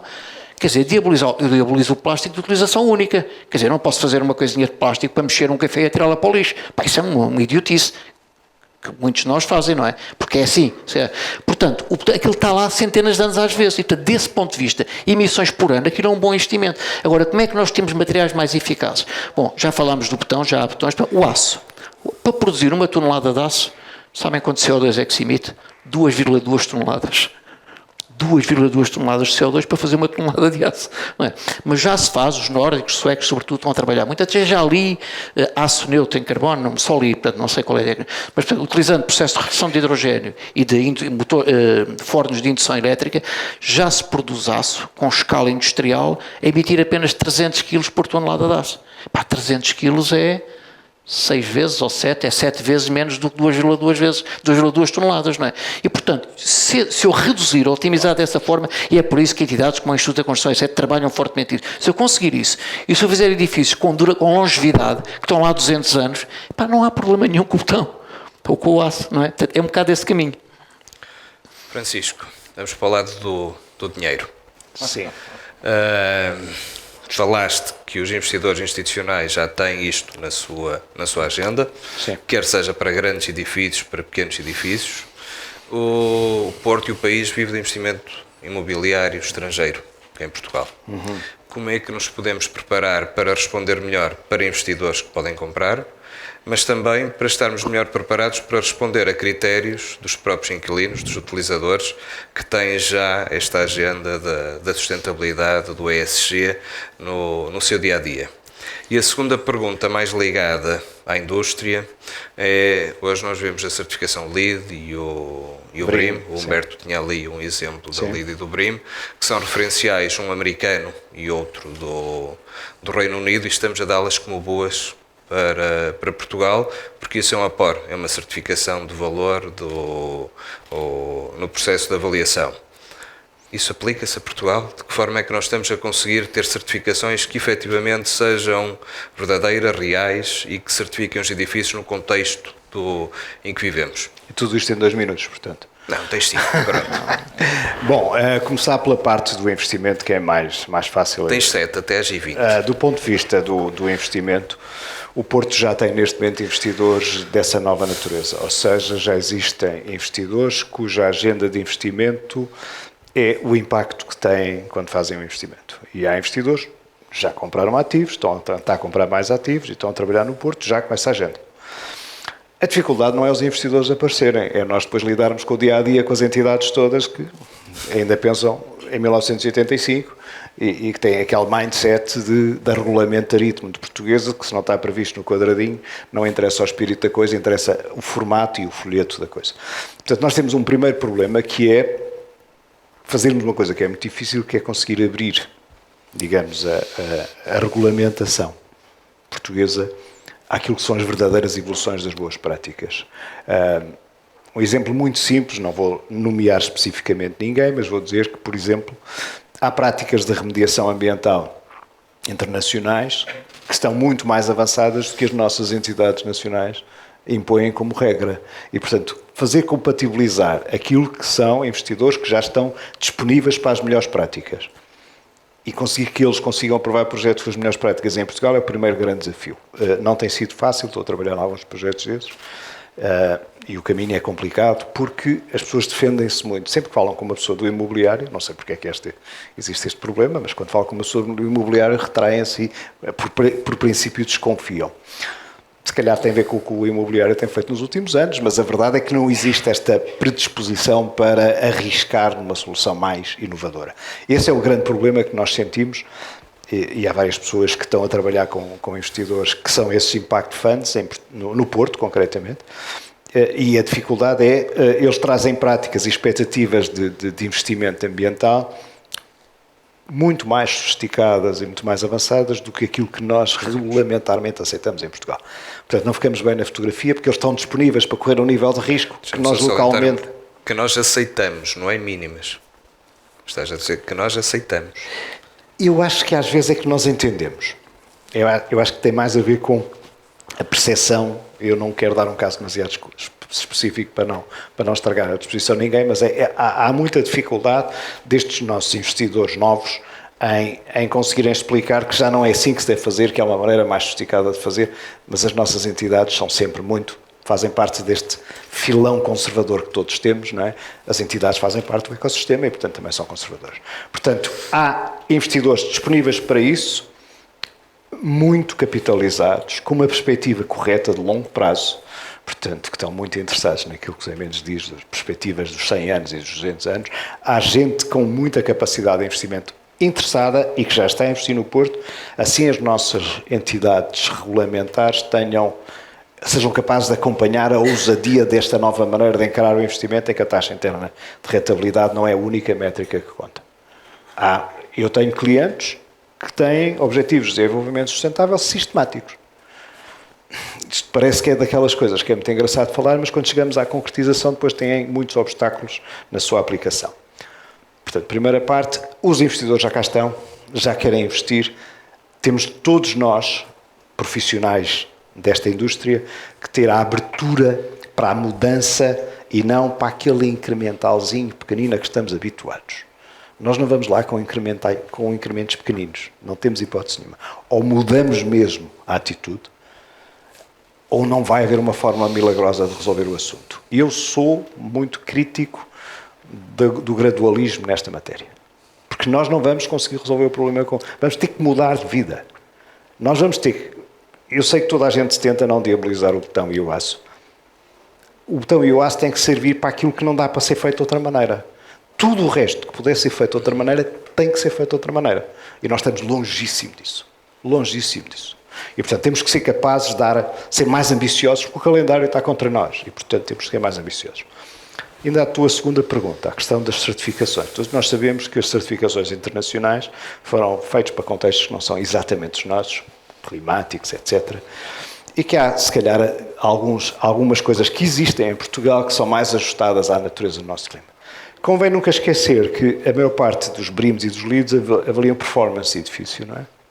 E aquilo que o Zé Mendes disse é muito importante. Todos os nossos critérios agora vão passar a ser all cycle. Vamos ter que integrar tudo. Não apenas a questão do consumo energético, mas como é que se produz, como é que se desfaz, como é que se desmonta, como é que se remonta. A circularidade total. E os critérios financeiros vão ser esses. Não vão ser a performance do edifício quando estiver pronto. Era aquilo que o Zé Mendes dizia. A gasolina tem que ser boa. Mas até chegar aqui, como é que a gasolina... O que é que a gasolina, em termos de pegada, tem até chegar cá? Não é? Portanto, toda esta visão, que é aquela que o Banco Central Europeu e que é o Taxonomy já têm escrito num papelinho muito claro, é aquela que até 2027 nós vamos ter que começar a fazer. Senão não temos financiamento. Pronto. Nós somos livres de não fazer da maneira que achamos que temos de fazer. Temos é que meter dinheiro todo no nosso bolso. Eu não conheço muito projetos imobiliários que funcionem com 100% de capitais próprios, mas sou eu. Se calhar deve haver e eu não conheço. Nem com 100 nem com 20. E, Francisco, e vemos agora mudar todas as leis da construção de forma à pressa e nem sequer uma linha para isto. Muito bem, temos 10 minutos, mais coisa menos coisa ainda para debate. Por isso, o debate faz-se também com quem participa nestes painéis, por isso temos ainda aqui algum tempo para um ciclo de questões e depois umas respostas com os 3 oradores. Vamos ali a primeira questão. Há aqui um microfone, se calhar é mais simples. Ali, aquele senhor, ali. Terceira fila, Terceira fila para o meio, mais sítio para a mais nossa difícil. direita. É o sítio mais difícil. Boa tarde.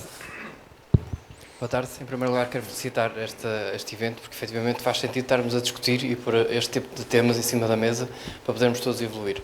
Sou José Silva Almeida, represento o Mota-Engil e tenho aqui uma questão que vocês tocaram agora, que foi a questão da legislação, porque há uma grande dificuldade em nós apresentarmos soluções mais viáveis e mais green, hoje em dia com a legislação que não nos permite efetivamente implementá-las, não é? Isso automaticamente vai atrasar como é que nós podemos implementar aqui soluções até 2030, não é? Temos objetivos para 2030, como é que nós podemos fazer? Mas a minha questão também é outra, que é, ano passado nós participamos numa das conferências da COP26, em que eles apresentaram um exemplo muito interessante, que, por exemplo, em Londres, a carteira de edifícios aprovados pelos municípios já era uma carteira de 10 anos, com projetos completamente brown.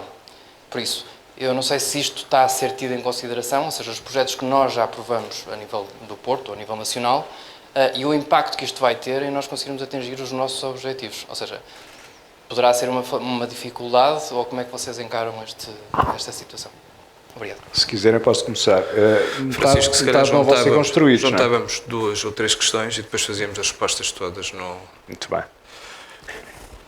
Aqui.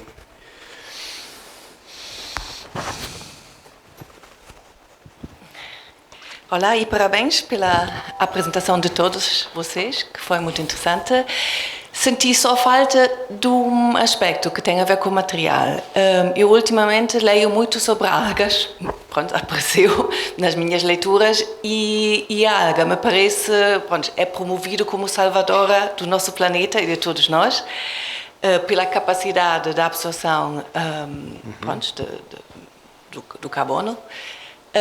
E o que percebi que é um material que está muito investigado como material para construção, para substituir, pelos vistos, bom, eu não percebo nada deste assunto, mas gostava de saber do vosso lado, para substituir aço, para ficar, e depois o mínimo de betão, parece que também há uma combinação com algas dentro do betão, para ficar tudo mais leve e assim também o transporte gasta menos, etc. Sendo Portugal um país ao lado do mar, eu realmente acho que poderia ser um material muito bem explorado aqui. Ponto. Tenho curiosidade de saber se isto é explorado. Ainda bem que eu estou cheio de engenheiros à volta. Isso é para o Humberto. Ali o Pedro Pombeiro. Boa tarde. Eu preciso fazer uma pequena introdução antes de lançar a pergunta aos 3. Há bocado foi referido o índice ambiental como um projeto que é essencialmente um incentivo, não é? Nós estamos a tentar provocar e desafiar o setor imobiliário para trazer maior desempenho ambiental com uma cenoura que temos a perfeita noção de que não será tão possível e não vai cobrir o investimento necessário, não é? Estamos a falar de majorar, beneficiar um pouco a capacidade construtiva e ir ao nível das isenções. Portanto, temos a percepção de que o que o setor precisará é essencialmente de um sinal institucional de para onde é que isto deve rumar, não é? E, portanto, até haver aqui um reconhecimento quase mais institucional do que propriamente estas cenouras. O meu desafio para os 3 é que se fossem por um dia autarcas e tivessem o condão de implementar no dia seguinte uma medida, que medidas é que inscreveriam neste índice? Não é? Eu estou claramente a aproveitar-me dos oradores, mas uma medida que fosse parametrizável, verificável, assim, muito, muito simples para atacar esta pegada do aço, do alumínio e do betão, mas que fosse pronto, materializável, não é? Não fosse ficção científica. E eu ficava com o meu trabalho feito, não é? Portanto, já agora. Vamos à última questão e depois primeiro a responder ao Francisco. Já marcou vez. Já. Eu estou curioso com a resposta do Humberto, das algas no betão. Boa tarde. Boa tarde a todos. Boa tarde. Eu represento a Caracol Portugal, é uma das empresas e felizmente fiquei muito contente que comece a falar nos ratings, nos produtos sustentáveis. E eu, então, pronto, um bocadinho na questão até de publicidade, mas acho que é interessante, e dado o tema, procurarem na internet as políticas que a Caracol tem no mundo. E uma delas é claramente o betão não é para ser eliminado, o betão tem que ser tratado, como deve ser, é um material nobre. Agora, em situações em que, como disse bem o engenheiro, se realmente não for uma necessidade, e porque sabemos que é uma das indústrias que mais polui no nosso setor, há que procurar então soluções mais económicas. Uma das coisas que nós também pretendemos, e cabe-me a mim, enquanto promotor dos sistemas Caracol, é, junto dos colegas, evidenciar a parte green, não é? E o que eu noto é que lá está, é uma parte muito conservadora, para já não conhecem, é uma marca que se calhar não tem expressão em Portugal, mas que internacionalmente e cada vez mais somos abordados no setor imobiliário para a certificação, tanto a nível de qualidade do ar interior, como também na questão do rating que esse peso tem, ou seja, a questão do carbono, porque nós não somos melhores que os outros, temos produtos que têm um rating 5, ou seja, desde a produção dos produtos a nível local, e depois se incorporamos ou não produtos que são nocivos, ou no caso da Caracol, isso já foi eliminado, já não temos nenhum produto no nosso sistema produtivo que tenha a parte tóxica e mais grave da construção. Mas também temos os nossos produtos que realmente também, e é o nosso desafio, e é isso que eu também lanço, a nós enquanto indústria, também precisamos dos feedbacks dos setores, dos diversos setores, seja o imobiliário, seja do projeto, e o que eu noto e diariamente interajo com projetistas é que a questão ambiental neste momento está é residual. Ou é pelo cliente americano que vem cá com um investimento de milhões, e como nós, pronto, somos das poucas marcas que já temos essa preocupação e lhes apresentamos a solução, ou então se vamos para um setor tradicional, seja do projetista, seja o construtor, neste momento o que interessa é o preço. E lá está, se nós não começarmos a quantificar o custo que as soluções, porque é o que eu digo, se houver um empenho das pessoas, eu não digo a questão do preço da tonelada do carbono, porque pronto, é um setor que eu acho que deve ser explorado, mas acho que não sei até que ponto ainda estamos capacitados para começar a entrar e a quantificar essa parte, mas acho que devíamos começar, não é? Seja no setor da construção, seja no setor dos transportes, para as pessoas também terem uma noção de que realmente temos um impacto e mais. As políticas da Caracol são muito nessa base. O desafio que eu vos lanço é, se na questão da construção, se tiverem algum desafio, nós estamos sempre disponíveis para trabalhar com vocês na questão de ter o menor impacto possível. Há produtos que conseguimos, há outros que não conseguimos, mas já estamos muito avançados nesta questão dos ratings. Pronto. Obrigado.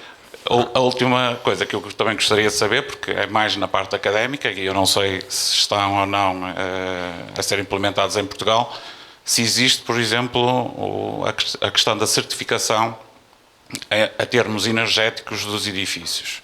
Nós temos a questão térmica, que está implementada, e temos os certificados energéticos, mas é a nível do impacto do que aquele edifício tem, desde a sua concepção à sua utilização e ao seu fim de vida, se temos previsto algum mecanismo que nos diga ou que nos traga uma informação relativamente a isso. Já devíamos ter mais, só estamos a perder tempo com isso. Francisco. Muito bem.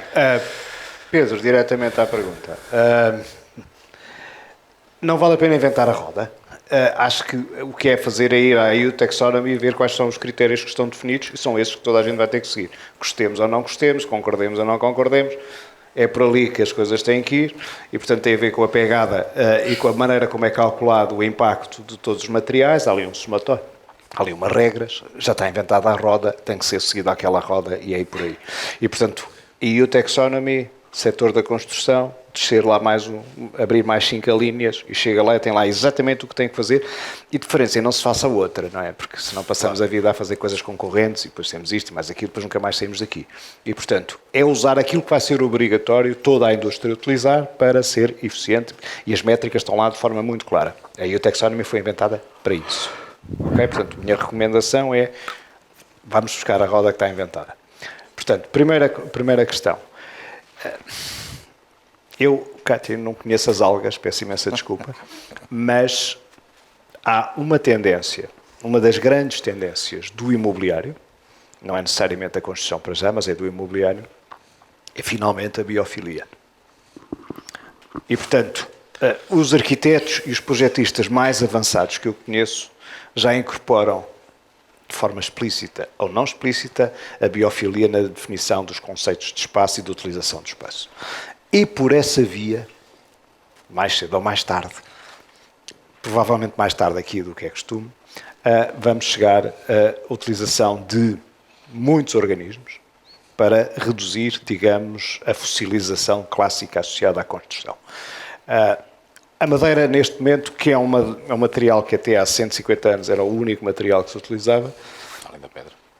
Pedra e madeira eram as duas componentes que nós utilizávamos. A madeira está a regressar com engenharia, com um conjunto de processos importantes e está a substituir com grande vantagem algumas estruturas clássicas e por isso a Casais está a dar um ótimo exemplo da mistura da madeira com as outras componentes, fazendo utilizar cada vez menos o betão e o aço, a não ser, repito, no sítio onde é a única maneira de fazer e que não vale a pena sermos fundamentalistas ao ponto de não fazermos só porque é betão e aço. Aí estamos todos de acordo. Nós não concordávamos muito que íamos ter que deixar de utilizar carros a diesel. A verdade é que os carros a diesel valem muito pouco hoje em dia. Com o imobiliário vai acontecer a mesma coisa. Nós podemos fazer de conta que não queremos mudar, podemos fazer isso tudo. Aquilo que eu mostrei que o Urban Land está, neste momento, a identificar como os 14 principais obstáculos à mudança no imobiliário, passa por tudo, por aquilo que já vimos, da questão das avaliações, a questão da bolha de carbono e um conjunto de outras coisas. Elas vão acontecer. Nós podemos ser contra, podemos não concordar, podemos ter imensas opiniões individuais sobre o assunto. Não, infelizmente ou felizmente, não vão interessar para grande coisa. A mudança vai acontecer e vai ser muito rápida. Aqui é uma questão de filosofia pessoal, é que conseguimos achar que nós vamos conseguir mudar e vamos mudar nós, que nunca quisemos mudar, ser nós os que vamos mudar, ou vão ser outras pessoas a mudar por nós. A mudança vai acontecer e eu acho que ela vai ser muito mais rápida e muito mais forte do que a indústria algum dia sonhou que pudesse ser. E, portanto, a única coisa que eu queria partilhar era este alerta. Eu sei que as maiores empresas, com mais recursos, com mais conhecimento da minha indústria, que estão nesta Sea Change, nesta iniciativa do Sea Change, estão a investir milhões e milhões e milhões de euros à procura de muitas soluções muito rápidas, porque já perceberam que daqui a 5 ou 6 anos ou mudaram de vida ou a vida mudou e dispensou-os. Portanto, este é um desafio muito mais radical do que nós estamos habituados a pensar. E se não o encararmos dessa forma, não vamos ser nós a tratar dele e vai ser alguém a tratar por nós. Isto é a minha opinião. É um bocadinho radical, mas é a minha. Humberto, vamos aos novos materiais. Muito bem, muito bem. Portanto, foram colocadas aqui várias questões e eu vou responder não necessariamente, objetivamente, a cada uma das questões, de uma forma transversal, até porque há aspectos que se tocam. Primeiro, construção com materiais naturais. Efetivamente, acho que o setor da construção pode e deve incorporar muito mais materiais de origem natural.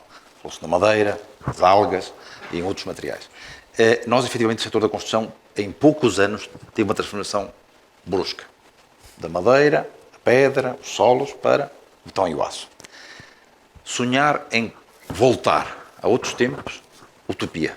Nós não vamos conseguir construir tudo o que temos de construir, ou reabilitar o que temos que reabilitar, utilizando só materiais naturais. Portanto, temos sim, como foi aqui dito, utilizar com critério e pesar todas as decisões que tomamos. Não há floresta para construir só em madeira. Não é possível. Não é possível fazer uma conta simples. Não existe floresta para suportar a construção unicamente em madeira. E, portanto, soluções prefabricadas, mistas, utilizando produtos naturais, sim, é esse o caminho. A madeira, o bambu, outras soluções. Há experiências lindíssimas com a utilização do aço. Eu não conheço especificamente os projetos que referiu e a incorporação das algas no aço e nos botões, não conheço, mas conheço algumas experiências lindíssimas de utilização das algas misturadas com solos para produzir blocos, sem cozadura, com resultados magníficos. Portanto, há com certeza espaços para se inovar. É preciso trazer a inovação para a construção. Depois a questão dos desafios para os municípios. Desafios para os municípios. Não sei, eu com algum atrevimento diria que não há eleições a curto prazo, portanto estar à vontade, também não sou candidato, mas diria que efetivamente os municípios podem e devem ajudar muito ao problema da seguinte forma. Primeiro, selecionando casos de estudo, selecionando edifícios que sejam intervencionados ou que estejam em processo de início de intervenção, monitorizando, medindo, avaliando com rigor e informando a sociedade. Este exemplo que os municípios podem dar irá com certeza influenciar depois os privados, os utilizadores. E envolvendo a população, que é muito importante. Envolvendo os utilizadores, envolvendo os clientes do imobiliário, que no final, como nós sabemos, cada vez são mais exigentes, com informação correta e rigorosa, eventualmente auxiliados por alguns mecanismos económicos, poderão ajudar a este grande objetivo, que é de facto atingirmos a neutralidade. E se nós continuarmos a trabalhar como tem trabalhado em algumas regiões, vamos com certeza conseguir atingir, como devemos, os objetivos traçados. Muito obrigado. Sem Mendes. Procurando ir às, penso, 4 questões colocadas. Mas antes, agora mais uma dica ainda sobre o botão. Hoje embirrei com o botão. O botão e o aço. Embirrei, não embirrei, enganchei, que é uma coisa diferente. Vamos ver. Um dos problemas é a forma como nós utilizamos o material, não é? Pois se eu faço um edifício em betão, quando ele chega a fim de vida, eu tenho que destruir tudo, não é? Mas eu posso fazer componentes em betão, a tecnologia hoje até brinca com isso, não é?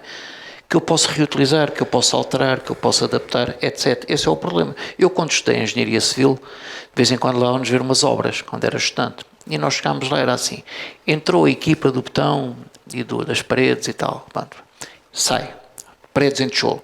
Entra a equipe seguinte, a primeira coisa que faz é começar a destruir o que os outros fizeram, que é abrir os roços. Para mostrar um exemplo, é a primeira coisa. E, portanto, aquilo carrega-se materiais para levar às paredes, depois, passado um bocado, entra a segunda equipa, que é o tipo das canalizações, portanto, o picheleiro, que é o tipo da eletricidade, discutem sempre uns com os outros, porque os roços cruzam-se, é sempre... Mas a verdade é uma, começa a sair material da obra.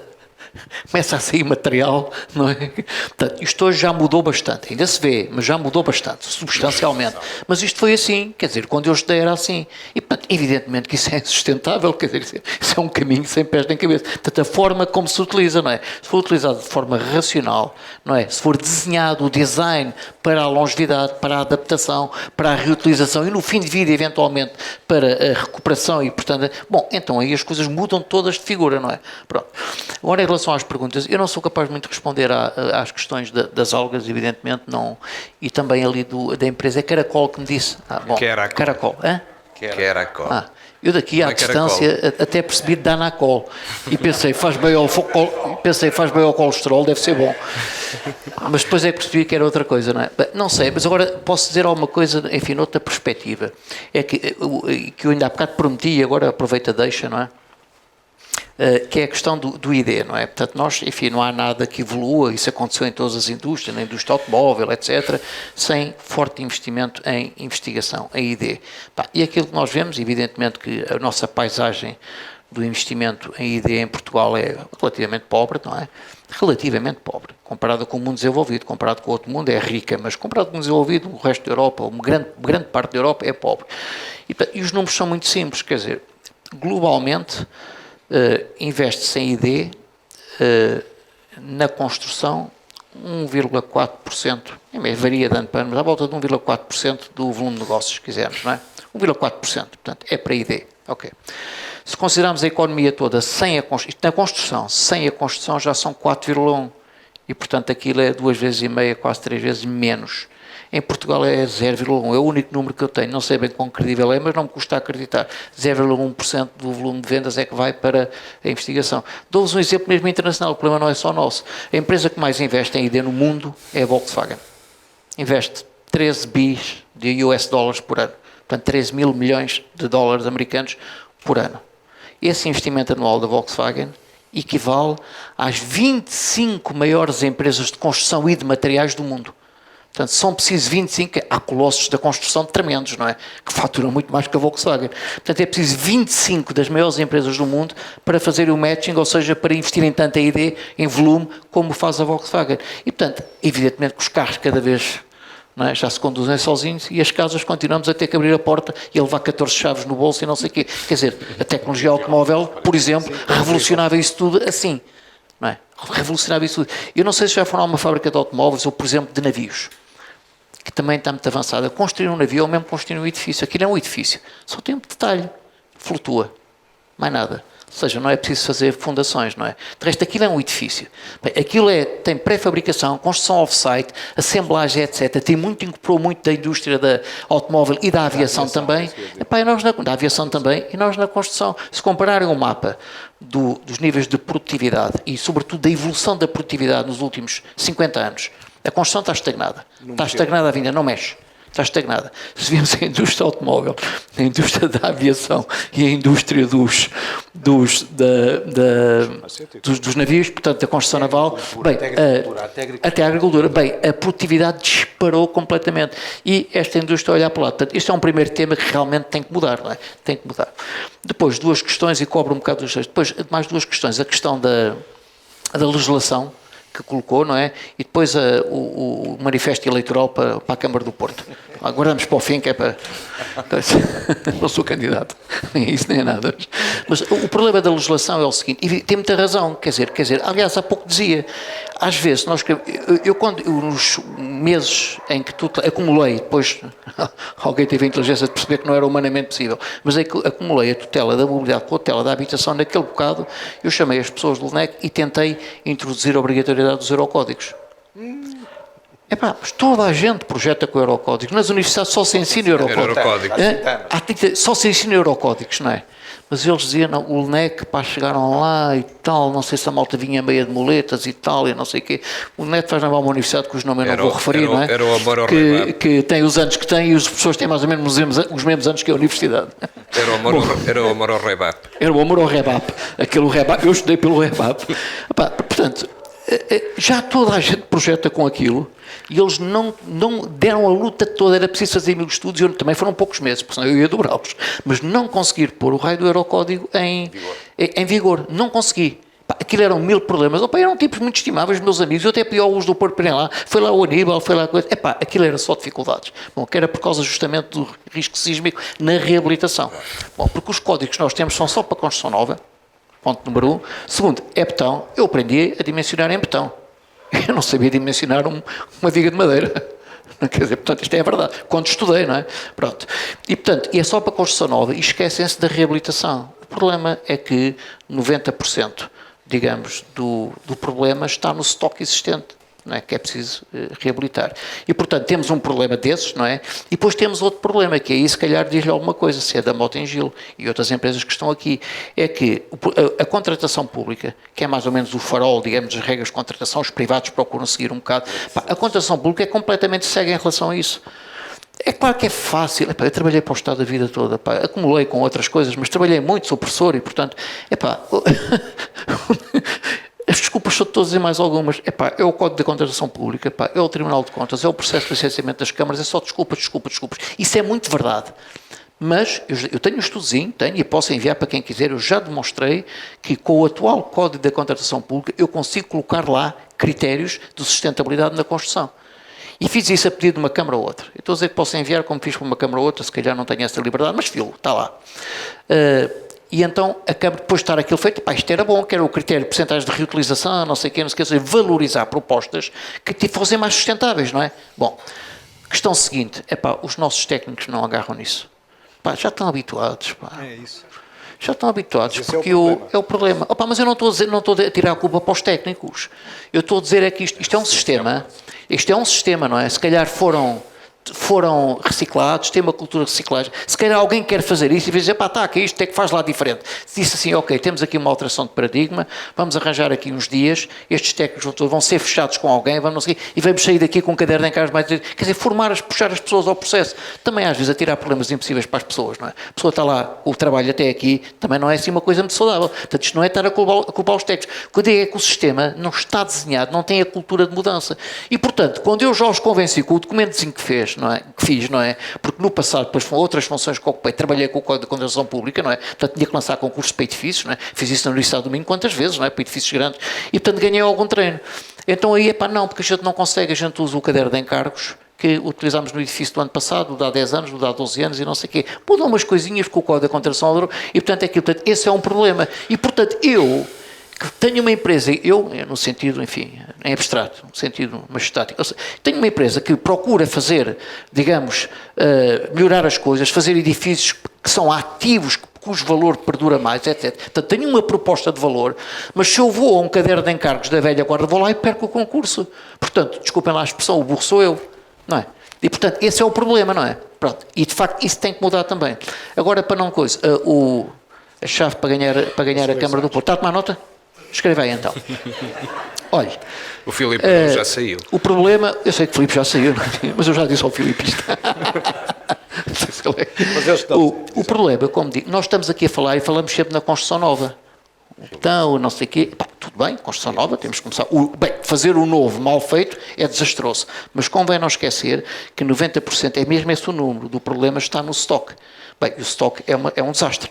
Como nós sabemos, são edifícios do antigamente, todos, são velhos, a regulamentação era o que era, e do ponto de vista, por exemplo, da eficiência térmica, não é? E da eficiência energética, bem, uma coisa até está ligada à outra, pode estar, da eficiência energética, quer dizer, é um desastre, e portanto, mais energia, mais CO2, mais problema, não é? Agora, como é que se resolve isso? Porque a maior parte são os bairros construídos nos anos 50, 40, 30, 60, 70, 80, 90 já melhorou bastante, 2000, mas até aí, como é que se resolve? Porque as pessoas que lá vivem, elas sentem isso, porque as pessoas passam frio como qualquer um de nós, não é? Portanto, têm os sensores iguais aos nossos. O problema é que não têm dinheiro. O que é que vão fazer? Alguns mal têm o dinheiro por rendas, portanto, não há hipótese. Bom, portanto, é preciso, porque este é o outro lado do problema. Porque nós podemos ter um lado idílico, não é? Somos investigadores, somos pessoas, não, mas a gente faz aqui umas coisas e tal. Está bem, mas agora vamos ao terreno. E ao terreno temos um edifício com 10 inquilinos, edifício típico, não é? O resto são mais 3, mais 4, que é típico, não é? Estamos lá, velho, baixíssima performance térmica e energética, não é? Pessoas arrendadas ou a pagar para pessoas idosas, etc. Agora, isto tem que ser melhor, porque o índice ambiental assim o exige. Como é que se encontra uma equação económica para resolver esse problema? Eu vou-lhe dar a chave. Não quer dizer que seja a chave milagreira, mas uma chave possível que foi testada noutras geografias e que vale. Na maior parte, isto era uma coisa que eu fui esclarecer, na maior parte desses bairros mais antigos, o PDM já permite volumetria maior. E, portanto, só há uma forma. Eu preciso de valor para o edifício, que é fazer o retrofitting, colocar-lhe um envelope mais eficaz, mudar umas coisas, portanto, e transformar aqui o edifício velho num edifício bastante mais eficaz. Portanto, alguém leva lá valor e, portanto, eu só posso fazer isso dando valor em troca. E, portanto, nós temos que utilizar aquilo que se designa hoje pela quinta fachada, que é a cobertura, não é? Que esses bairros são todos nos centros das cidades, quase todos, nos sítios bons, e a quinta fachada, ou seja, a cobertura, é sempre muito apetecível, não é? Estes são sempre os apartamentos que se vendem mais depressa, não é? Que são as penthouse em cima. E, portanto, é preciso permitir a construção de um piso extra, que hoje é possível fazer sem problemas de estabilidade do edifício, porque faz com tecnologia ligeira, etc. Mas lá em cima. E quem faz isso tem que ter o compromisso, ou seja, portanto, o urbanismo do município tem que permitir que isso possa ser feito. Isso, provavelmente, com os PDMs em vigor é possível, não é? Porque já permitem mais um piso, e se não for possível, isso é uma emenda ao PDM, é por isso que se altera a legislação, não é? Como dizia um primeiro-ministro com quem trabalhei, mas a lei não permite, ele, desculpa lá, mas é por isso que nós somos governo, podemos mudar a lei. Portanto, pode-se mudar a lei, não é? E, portanto, permitir que quem capta a mais-valia do edifício, do piso extra, que ainda por cima é dos mais valiosos, tem o compromisso de fazer o retrofitting do edifício. E eu vou-lhe dizer, mas isso é uma ideia, as contas estão feitas, é possível. A partir de 4 pisos, isso é possível fazer-se. É que não há outra equação para mudar o estoque de construção existente. Não é possível. As pessoas que lá vivem não têm dinheiro para isso. E, portanto, vai-se demolir aquilo, portanto, tem que se arranjar uma forma qualquer de entregar valor a quem vai fazer. E essa é a solução. Isso está a acontecer muito em países nórdicos, está a acontecer muito, que fazem retrofitting, que permitem fazer o piso extra, etc. E até também por outras razões, porque, enfim, como são às vezes estruturas mais ligeiras, conseguem virar ao sol, não é? Portanto, são mais altos, etc. E, portanto, é ali um problema também de gestão de energia que nos países nórdicos tem a sua importância.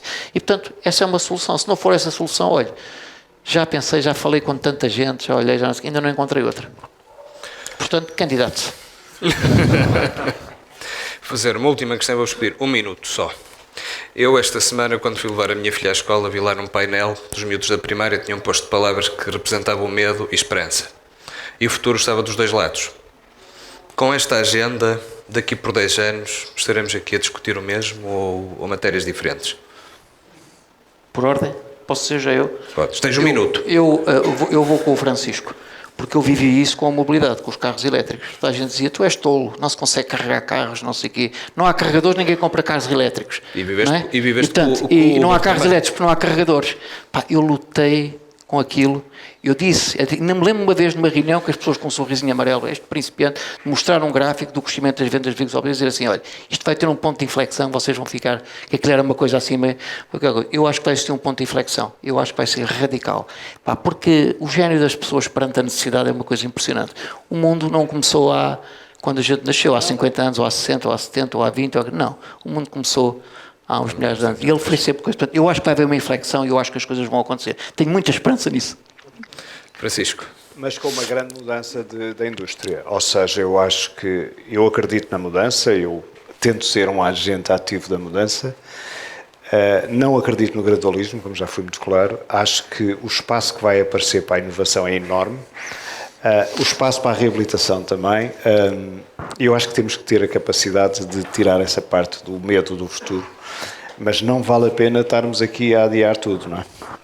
O nosso problema é o adiar, é o deixar para amanhã, porque hoje estamos confortáveis com o que estamos a fazer. Não podemos continuar confortáveis com o que estamos a fazer na nossa indústria, porque isso não é aceitável. Berto. Muito bem, também sou muito otimista também e acredito que não, que vamos de facto dar um salto. Deixava uma outra sugestão à Câmara, colocar-se em frente aos passos do Conselho um outdoor com um countdown do tempo para os objetivos e com os resultados alcançados, comunicando as alterações, comunicando os objetivos alcançados, a sociedade responde, reage e é muito exigente. Muito obrigado. Agradeço o convite e o desafio em nome dos 4 a estarmos aqui neste fim de tarde e volto àquilo que disse no início. Nós só estamos aqui porque isto é difícil, mas não tenho dúvidas nenhumas. Como é que vai ser construída a nova ponte da União Europeia? Como é que vai ser construído no aeroporto? Acredito mais na ponta do que no aeroporto.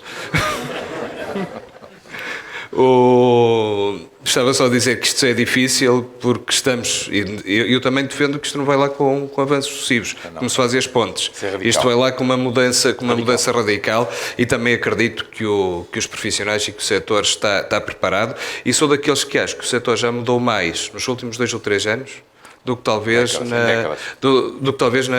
nas últimas décadas. E eu tenho estado atento, ainda há dias tivemos um roteiro da habitação da Ordem dos Engenheiros e eu vi fábricas em que se fazem 30 casas de banho por semana, em Braga. E fui a uma, e fui a outra e testei o número também de casas de banho que faziam. Disseram por ano, dividia por 52 e ia dar também... Quem está no setor da construção sabe quanto tempo é que demora a fazer uma casa de banho. Eu não tenho dúvidas nenhumas que o setor está preparado e que daqui por 10 anos vamos estar aqui a dizer que conseguimos vencer todos estes desafios que tínhamos pela frente. Muito obrigado e estaremos disponíveis para cá voltar.